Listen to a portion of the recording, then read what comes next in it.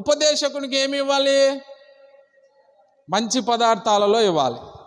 మంచి పదార్థాలు అంటే ఏంటి?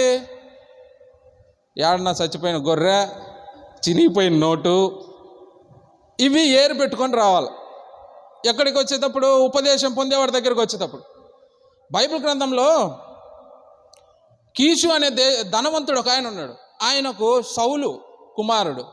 ఆయన గాడిదలు తప్పిపోయినప్పుడు కీషు వాళ్ళ తండ్రి, నాయన సౌలు ఇట్రా, గాడిదలు తప్పిపోయి నువ్వు పోయి ఎత్తుక్కొని రాపో, చుట్టూ ఎక్కడన్నా ఉన్నాయేమో మన గాడిదలు అన్నాడు. సరే. సౌలు ఆయన అమ్మటున్నటువంటి అసిస్టెంట్ అనుకోండి, హెల్పర్ అని, ఇద్దరు కలిసి దేశాలన్నీ తిరుక్కుంటా పోయినారు. ఆ దేశాలు అన్నీ ఎత్తుక్కుంటా పోయి ఇంకా ఆహారం అంతా అయిపోయింది. ఎత్తుక్కుంటా పోయి ఇంకా సౌలుకు విసుగొచ్చి, నాయన ఇంకా చాలే, మా నాయన ఎత్తుకుతూ ఉంటాం, మా ఆయన ఆలోచిస్తూ ఉంటాడు నా కోసము అని అతనితో చెప్పి ఇంక తిరిగి వెళ్దాము, మన గాడిదలు దొరకలేదు అనుకొని తిరిగి వెళ్దాం ఇంటికి అని చెప్పి వాళ్ళు ప్లాన్ మాట్లాడుకుంటా ఉన్నారు. ఇంతలో సౌలుతో ఉన్నటువంటి వ్యక్తి, అయ్యా ఇప్పుడు మనం పోవడానికి కూడా మనకు దారి తెలియదు, అయితే ఈ ఊరిలో ఒక ప్రవక్త ఉన్నాడు, ఆ ప్రవక్త చెప్పింది జరుగుతుంది, ఆయన ఏ విధంగా చెప్పినాడో ఆ విధంగా జరుగుతుంది, అంత పవర్ఫుల్ అన్నాడు. ఈ సౌలు అప్పటికి ఈ ప్రవక్త తెలియదు, దేవుడు తెలియనటువంటి వ్యక్తి ఈ హెల్పర్ ఏం చెప్పినాడు?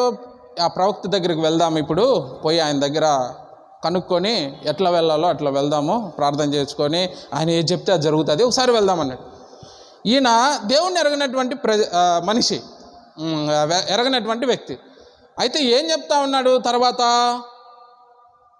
సేవకుని దగ్గరికి వెళ్దామంటే, అరే మన దగ్గర ఏమి లేదే ఇప్పుడు పోవడానికి, మనం తెచ్చుకున్న ఆహారం కూడా అయిపోయిందే, ఊరికి ఎట్లా పోతాం? సేవకుని దగ్గరికి ఊరికి ఎట్లా పోతాం అని ఆ సౌలు హెల్పర్తో చెప్తా ఉన్నాడు. ఆయన అంటాడు, నా దగ్గర 1/4 తులం వెండి ఉంది స్వామి, ఇద్దరు పోయి ఇది ఇచ్చేసి ప్రార్థన చేసుకొని పోదాం అన్నాడు. ఇప్పుడు ఈడ దేవుడు అంత తెలియనటువంటి వ్యక్తి ఊరకనే సేవకుడి దగ్గరికి వెళ్ళి ప్రార్థన ఊరక వెళ్ళి చేపించుకోకూడదు అనేటువంటి ఉద్దేశం ఏ విధంగా ఉన్నాడు చూడండి. ఆడ ఉపదేశం పొందేవాడి దగ్గర, దాని గురించి తెలుసుకునేవాడి దగ్గరికి ఎట్లా వెళ్ళాలి మనము? ఈయన పోయి వెండి ఇచ్చేసినారు. ఈరోజు మనము ఈ విధంగా వెండి ఇవ్వాలి ఇదంటే ఇంకా ప్రార్థన కూడా రారు, ఇంకో చర్చికి పోతారు. ఇప్పుడు ఇక్కడ ఏం చేశారు వీళ్ళు? ఉన్నది ఇచ్చేసినాడు. ధనవంతుడు కొడుకు ఆయన సౌలు. మామూలుగా ఇప్పుడు ఒకవేళ మన ఇంట్లో ధనం ఉండొచ్చు, నువ్వు హిమాలయ కొండ మీదకి పోయి నీ దగ్గర ఫోన్పే లేదనుకో, ఏం లేదనుకో, అడక్క తినేవాళ్ళం మనం ఆడ. అంటే ఈ సౌలు గారు అక్కడున్న స్థితి ఏంది? ఏ ఆహారం లేదు, ధనవంతుడు కొడుకు అయినప్పటికీ ఆహారం లేదు, ఏం లేదు. ఒక వెండి, అది 1/4 తులం వెండి మాత్రమే ఉన్నింది. అయితే ఉన్నది ఇచ్చేసి వెళ్ళిపోయినాడు. ఇక్కడ మనం ఆలోచించాల్సిందే, ఆయన హృదయము ఉండేది అదొక్కటే. ఇప్పుడు దేశాలు తిరిగి వెళ్ళాలి ఆయన, అయితే ఇచ్చేసి వెళ్ళిపోయినాడు. ఇప్పుడు ఆయన హృదయం ఏ విధంగా ఉంది?